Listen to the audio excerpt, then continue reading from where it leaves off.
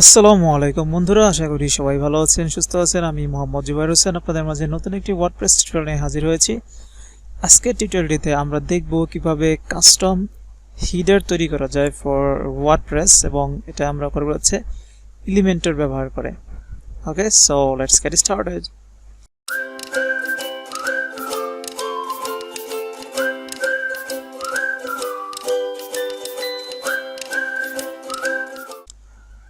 ওকে বন্ধুরা, তো আমরা জানি যে ওয়ার্ডপ্রেসে কাস্টম হিডার তৈরি করা যায় এলিমেন্টর দিয়ে, কিন্তু হয়তো অনেকেই জানি না কীভাবে করতে হয়।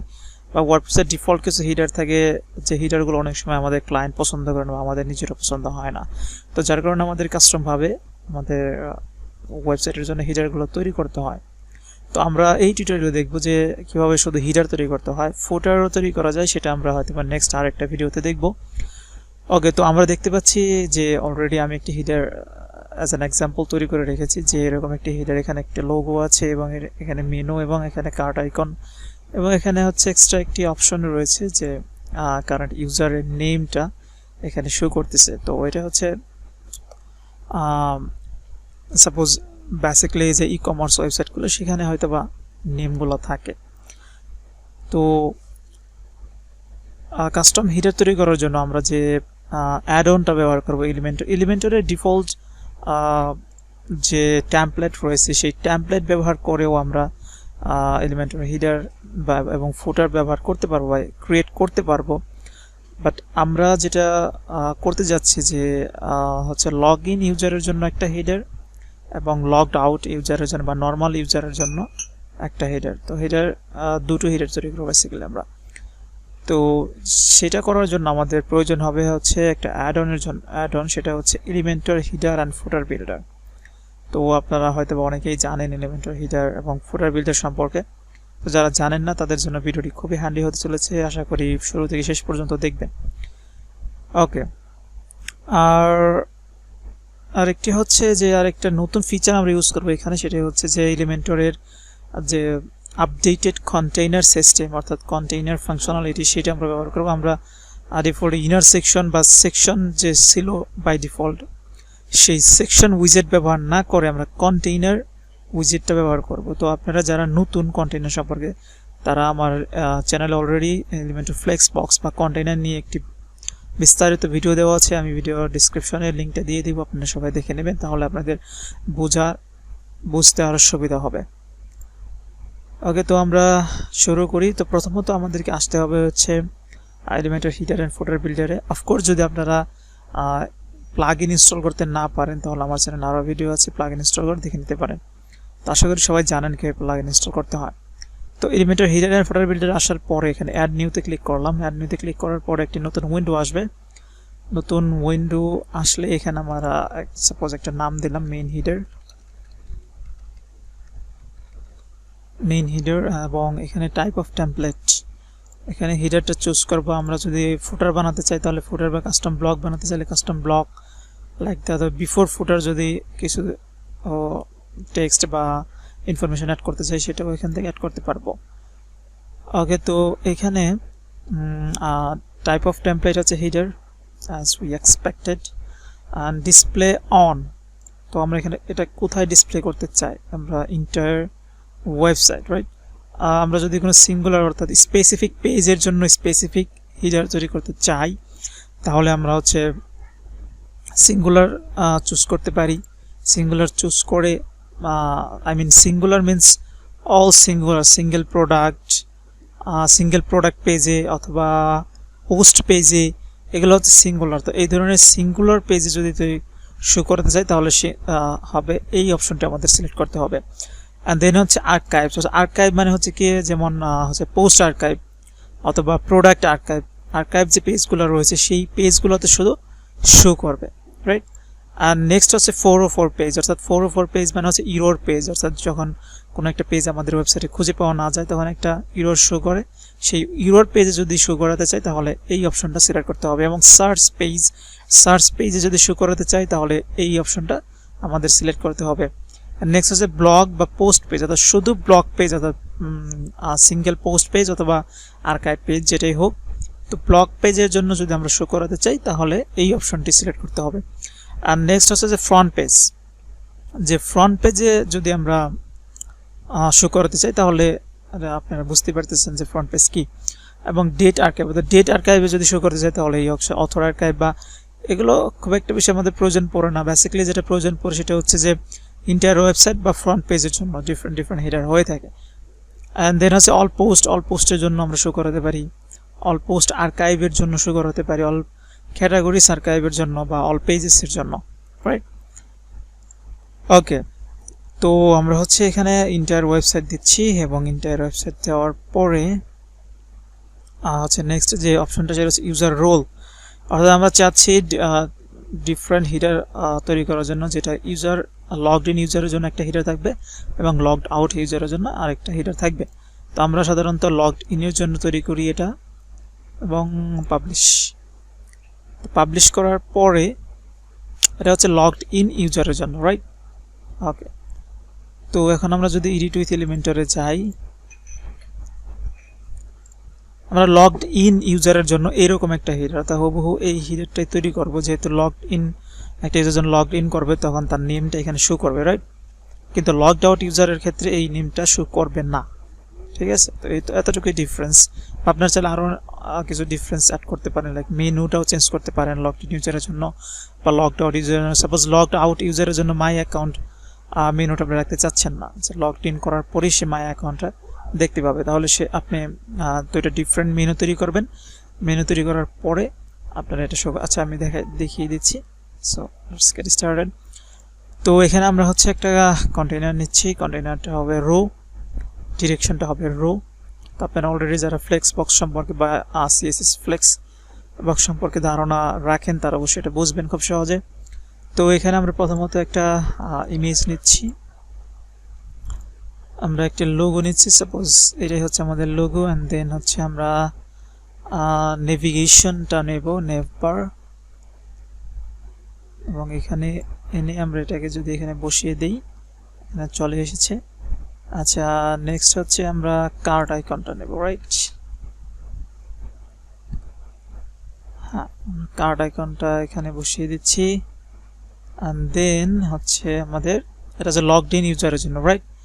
ওকে, তো লগড ইন ইউজারের জন্য আমরা যে ফাংশনটা ইউজ করব যে নেমটা পাওয়ার জন্য, এটা আসলে বাই ডিফল্ট এলিমেন্টরে নেই। তো তার জন্য আমরা যেটা করব, আমরা হচ্ছে কাস্টম পিএইচপি দিয়ে একটা শর্টকাট তৈরি করব। শর্টকাটটা আমরা এখানে ব্যবহার করব। তো আপনাদের যারা পিএইচপি জানেন না, আপনাদের জানার কোনো প্রয়োজন নেই, আমি দেখিয়ে দিচ্ছি। যে আপনারা আমার ওয়েবসাইটে যাবেন, ওয়েবসাইট থেকে এখানে আপনারা একটি পোস্ট দেখতে পারবেন যে how to get user name in WordPress using PHP. আমার ওয়েবসাইটের অ্যাড্রেসটা হয়তো বা যারা না জানেন তারা জেনে নেবেন, সেটা হচ্ছে jubairhossain.info। আমি লিঙ্কটা ডিসক্রিপশনে দিয়ে দেব, আপনারা এখান থেকে ভিজিট করতে পারবেন। তো এখানে একটি কোড অলরেডি দেওয়া আছে, আপনারা এখানে দেখতে পাচ্ছেন যে কোডটা দেওয়া আছে এবং শর্টকাটটা কী হবে সেটাও দেওয়া আছে। আপনারা যারা পিএইচপি না জানেন তার কোড বোঝার কোনো প্রয়োজন নেই, জাস্ট এটা কপি করবেন, কপি করে যে কোনো থিমের ফাংশন ডট পিএইচপি ফাইলে চলে আসবেন এবং একদম নিচে এসে এখানে জাস্ট ফাংশনটা পেস্ট করে দেবেন। ওকে, এবং পেস্ট করে দেওয়ার পরে আপনারা হচ্ছে যে এখানে সাপোজ আমি শর্টকাট দিয়েছি ইউজার নেম, আপনারা চাইলে অন্য নেমও দিতে পারেন, তবে এখানে যে নেমটা দেবেন সেটাই হচ্ছে শর্টকাট হিসাবে আপনারা ব্যবহার করতে পারবেন। ওকে, সো দেন আমরা ঠিক আছে, তো আমরা শর্টকাট ব্যবহার করব এখন। তো আমরা এলিমেন্টরে যে শর্টকাট অপশনটা রয়েছে, শর্টকাটটা এখানে আমরা বসিয়ে দিচ্ছি। শর্টকাটটা হচ্ছে user name, right? Like that. Okay, তো আমরা হিডারটাকে একটু ডেকোরেশন করি। ডেকোরেশন করার জন্য আমাদের জাস্টিফাই কন্টেন্ট স্পেস বিটুইন যদি দিই তাহলে এটা যা সমান স্পেসে চলে যাবে। আর আমরা ব্যাকগ্রাউন্ডটার কালারটা একটু চেঞ্জ করি, তাহলে আমাদের লোগোর যে টেক্সটটা সেটা একটু দেখা যাবে। ঠিক আছে, ওকে। তো এবং অ্যালাইন আইটেমসটা হবে সেন্টার। তো এখন সবগুলো সেন্টার চলে আসলো। আচ্ছা, হিডারটা অনেকটা বড় হয়ে গেছে, আমরা যদি লোগোটাকে একটু ছোট করে দেই, এভাবে ড্র্যাগ করে এভাবে আমরা ছোট করতে পারি। ঠিক আছে, এখানে ড্র্যাগ করে ড্রপ করে আমরা ছোট করতে পারি। আর এটাকে আমরা চাচ্ছি এই পাশে নেওয়ার জন্য, তো আমরা এই পাশে চাইলে নিতে পারবো। নেওয়ার জন্য আমরা এই সেকশনটাকে যদি বড় করে দেই তাহলে এটা অটোমেটিক্যালি এইদিকে চলে আসবে, রাইট? যতটুকু থাকো। ওকে, এবং আমরা এটাকে কি করব, সেন্টার করে দেব। অলরাইট, ঠিক আছে। তো এখন আমরা চাইলে আমাদের পছন্দ অনুযায়ী আমরা এটাকে কালারটা চেঞ্জ করতে পারবো। লাইক কালারটা হোয়াইট দিচ্ছি এবং হভার কালারটা আমরা ব্ল্যাক দিচ্ছি এবং কোনো আন্ডারলাইন থাকবে না। I don't like this। ঠিক আছে, এবং আমরা চাইলে এটার কালারও চেঞ্জ করতে পারবো। এটার কালার চেঞ্জ করার জন্য suppose text colour white, border কালারও হোয়াইট। ঠিক আছে, এবং যদি আমরা এই যে আমাদের কাস্টম উইজেট বা কাস্টম শর্টকাট ব্যবহার করলাম কারেন্ট ইউজার নেমটা পাওয়ার জন্য, সেটাকে যদি আমরা কাস্টমাইজ করতে চাই তাহলে আমাদের এই কাস্টম সিএসএস ব্যবহার করতে হবে, রাইট? তো আপনারা যদি দেখেন এখানে আমি একটি ক্লাস ইউজ করেছি, সেটা হচ্ছে, বা কাস্টম ক্লাস ইউজ করি নাই, বা বাই ডিফল্ট আপনারা এখানে যে ফার্স্ট ইউজার অর্থাৎ আইকনের যে ক্লাসটা, আপনারা চাইলে এখানে টেক্সটও দিতে পারেন। আইকনটাকে ডিলিট করে আপনারা চাইলে এখানে হ্যালো বা ওয়েলকাম এই ধরনের টেক্সটও দিতে পারেন। তো আপনারা চাইলে এটাকে কাস্টমাইজ করতে পারবেন কাস্টম সিএসএস দিয়ে। ঠিক আছে, ক্লাসটাকে ধরে কাস্টম সিএসএস দিয়ে কাস্টমাইজ করতে পারবেন। অলরাইট, তো এরপর হচ্ছে যে, আচ্ছা, তো আমাদের যে প্রিভিয়াস যে হিডারটা রয়েছে সেটাকে আমরা ডিলিট করে দেব। ঠিক আছে, ওকে। তো এই হচ্ছে আমাদের হিডার তৈরি হয়ে গেল। এখন আমরা দেখব যে আমাদের রেসপন্সিভ কতটুকু রেসপন্সিভ আছে এটা। ঠিক আছে, তো রেসপন্সিভের ক্ষেত্রে দেখতে পাচ্ছি অলমোস্ট ঠিক আছে, বাট আমরা চাচ্ছি যে এটাকে আরেকটু, আচ্ছা, আরেকটু দূরে আনার জন্য, অর্থাৎ আরেকটু গ্যাপ দেওয়ার জন্য। ঠিক আছে, আচ্ছা, এবং এখানে একদম আমরা দেখতে পাচ্ছি যে সাইডের সাথে লেগে গেছে, তো আমরা স্পেস অ্যারাউন্ড দিতে পারি যাতে পাশেও একটি স্পেস থাকে। অলরাইট, তো এখন যদি আমরা মোবাইলে যাই, মোবাইলে গিয়ে দেখবো আমরা যে এটা ভেঙে গেছে। তো ভেঙে যাওয়ার কারণটা হচ্ছে যে এটা স্পেসটা পুরোটা নিয়ে নিয়েছে, এখানে প্রায় 100% এটা নিয়ে নিয়েছে, এটাও 100%, এটা 50%, এটা 50% নিয়ে নিয়েছে। তো এটাকে ঠিক করার জন্য আমাদের যেটা করতে হবে যে আমরা এখানে যে এটাকে ধরবো, মেইন কন্টেনারটাকে ধরবো, ধরার পরে এখানে আমরা নো রেপ দিয়ে দেবো। ঠিক আছে, তো নো রেপ দিলে হচ্ছে যে যার যতটুকু স্পেস আছে ততটুকু নিবে ঠিক, কিন্তু এটা বাকিগুলোকে স্ক্রিনের বাইরে পাঠিয়ে দিচ্ছে, রাইট? তো এটা আসলে খুবই বাজে। তো আমরা এটাকে ছোট করি, আমরা এটাকে এক লাইনে নিয়ে আসি, রাইট? তো এটাকে উইথটাকে আমরা ছোট করে দিচ্ছি। আচ্ছা, আর একটু দূরে দূরে থাকো। I think this is fine. এবং টগল যেটা আছে সেটা সেন্টার করাই আছে বাই ডিফল্ট, এটা সেন্টারই থাকবে। এবং এটাকে ফুল উইথ করে দিচ্ছি আমরা মেনুটাকে, সুপার। And then publish. আচ্ছা, লোগোটা অনেকটা ছোট হয়ে গেছে, রাইট? লোগোটাকে একটু বড় করে দিই আমরা, সুপার। ওকে, তো এটা হচ্ছে আমাদের হিডার তৈরি হয়ে গেল বাই ডিফল্ট। তো এখন যদি আমরা রিলোড দেই, ওকে, তো আমরা কোনো ডিফারেন্স দেখতে পাচ্ছি না, কারণ এটা সেম ভাবে তৈরি করা হয়েছে। আচ্ছা, তো আমরা যেটা করব সেটা হচ্ছে যে আমরা আগের যে হিডারটা রয়েছে সেই হিডারটাকে আমরা ডিলিট করে দেই। ওকে, তো এখানে দেখতে পাচ্ছেন যে আমরা চাইলে কাস্টম ভাবে শর্টকাট ব্যবহার করতে পারবো, বা যেহেতু আমরা ইন্টার ওয়েবসাইট দিয়ে রেখেছি সেহেতু আমাদের এটা কাস্টম ভাবে তৈরি করার প্রয়োজন নেই। ওকে, তো আমরা যদি লগড আউট অবস্থায় দেখি, অর্থাৎ আমরা সাপোজ গেস্ট ব্রাউজারে যদি দেখি তাহলে হিডারটা কেমন দেখায়। অলরাইট, তো আপনারা দেখতে পাচ্ছেন যে হিডারটা আছে বাই ডিফল্ট, যে হিডারটা থাকে স্টার বা ওয়ার্ডপ্রেসে সেই হিডারটা আমরা দেখতে পাচ্ছি, রাইট? আমাদের তৈরি করা হিডার কিন্তু আমরা দেখতে পাচ্ছি না। ওকে, তো আমাদের হিডারটা হচ্ছে লগড ইন ইউজারের জন্য, তো আমরা সেম হিডারই তৈরি করব, বাট সেটা হবে কিসের জন্য? লগড আউট ইউজারের জন্য, রাইট?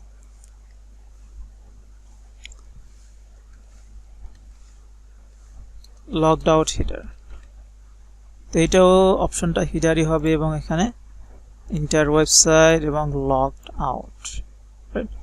তো তো এখানে হচ্ছে ডিফারেন্ট ইউজারের জন্য বা ডিফারেন্ট রোলের জন্য আমরা ডিফারেন্ট হিডার তৈরি করতে পারবো। আপনারা চাইলে এটা করে দেখতে পারেন, বাট আমরা লকড আউট ইউজারের জন্য তৈরি করতে যাচ্ছি এবং পাবলিশ করার পরে আমরা যদি এডিট উইথ এলিমেন্টরে যাই, তো অলমোস্ট যেহেতু আমাদের সবকিছু সেম, আমরা জাস্ট এটাকে কপি করে নিয়ে আসি। কপি করে এনে আমরা এখানে বসাতে পারি। আমরা এখানে বসিয়ে দিচ্ছি। তো আমরা জাস্ট এইটাকে এখানে রাখবো না, রাইট? কারণ একজন লগড আউট ইউজারের জন্য তো এটা আসলে প্রয়োজন নেই। তো আপনারা চাইলে এই মেনুটাও ডিফারেন্ট করতে পারেন। এখান থেকে মেনুটা, সাপোজ আমরা মেইন মেনু সিলেক্ট করছি, আপনার আরেকটা মেনু তৈরি করলেন, সেই মেনুটা এখানে চুজ করে দিলেন, তাহলে ডিফারেন্ট মেনুটাও ডিফারেন্ট হয়ে গেল, রাইট? তো এটা যদি আমি সেভ করি, এখন যদি আমি রিলোড দেই, সুপার, আমরা দেখতে পাচ্ছি যে আমাদের লগড আউটের জন্য বা লগড আউট ইউজারের জন্য একটা হেডার তৈরি হয়ে গেল। এবং আমরা যদি হচ্ছে লগ ইন অবস্থায় রিলোড দেই, তাহলে আমরা এটা দেখতে পাবো। অলরাইট, তো আজকের ভিডিওটি এই পর্যন্তই ছিল। আশা করি সবাই বুঝতে পেরেছেন কিভাবে লগড ইন ইউজারের জন্য বা লগড আউট ইউজারের জন্য কাস্টম হেডার তৈরি করতে হয়। তো আমার চ্যানেলে প্রতিনিয়ত কন্টিনিউয়াসলি নতুন নতুন ভিডিও আসবে, অ্যাডভান্স টিউটোরিয়াল, এলিমেন্টারি বা ওয়ার্ডপ্রেসের অ্যাডভান্স টিউটোরিয়াল আসে বা আমি পাবলিশ করি। যারা এখনও আমার চ্যানেলটি সাবস্ক্রাইব করেনি, দয়া করে সাবস্ক্রাইব করবেন এবং বেল আইকনটি অন করে পাশে থাকবেন এবং লাইক, কমেন্ট, শেয়ার করে ভিডিওতে অবশ্যই এনগেজমেন্ট বাড়াবেন। সে পর্যন্ত ভালো থাকুন, সুস্থ থাকুন। আসসালামু আলাইকুম।